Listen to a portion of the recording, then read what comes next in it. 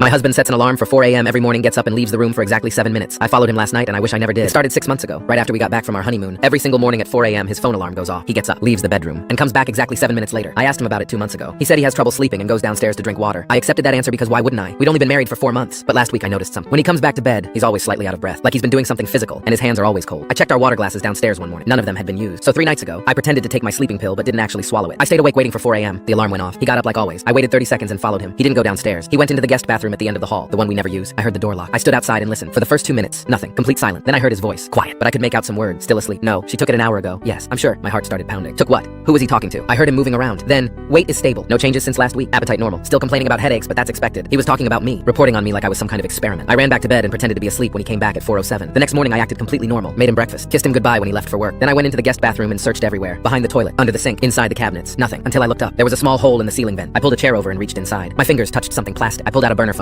It had no password. I opened the call log. One number. Called every single day at 4 a.m. for the past 6 months. Each call exactly 7 minutes long. I scrolled through the text messages to the same number. Subject is adapting well to increased dosage. No signs of suspicion yet. Short-term memory issues confirmed. Preparing for next phase. We'll need the new compound by Friday. Subject. He was calling me subject. I checked the photo gallery. There were hundreds of pictures. Me sleeping. Me eating. Close-ups of my arms with timestamp. A spreadsheet tracking my weight, my mood, what I ate each day. Then I found a video file labeled Initial Dose, Day 1. It was from 6 months ago. Our honeymoon. I was asleep in the hotel bed. The camera was shaking slightly. He was holding his phone over me. I watched him pull out a small syringe and inject something into my arm while I slept. I couldn't breathe. I scrolled back further in the messages. Found one from 8 months ago, before we were married. Confirmed. She has no family, no close friends. No one will notice gradual changes. Perfect candidate. My hands were shaking so hard I almost dropped the phone. The most recent message was from yesterday. Subject showing increased trust. Ready to proceed with final phase. Termination scheduled for next week. Termination. I heard the front door open downstairs. Honey, I forgot my laptop. It was only 2 p.m. He wasn't supposed to be home for 5 more hours. I shoved the phone back into the vent and ran to the bedroom. Tried to look natural. He appeared in the doorway. Stared at me for a long moment. Did you take your vitamin this morning? He asked. The pill he gives me every day with breakfast. The one he says is for my headache. I lied and said yes. He smiled. Good. Take another one now. Doctor said to increase the dose. He handed me a pill and a glass of water. Watched me put it in my mouth. Watched me drink. I kept it under my tongue. Swallow, he said. His voice wasn't the one I'd known for 2 years. It was cold. Clinical. I swallowed. He checked my pupils, lifting my chin to look closer. Pupils responding normally. Good. Then he looked at the bathroom down the hall. Back at me. Why is there a chair in the guest bathroom?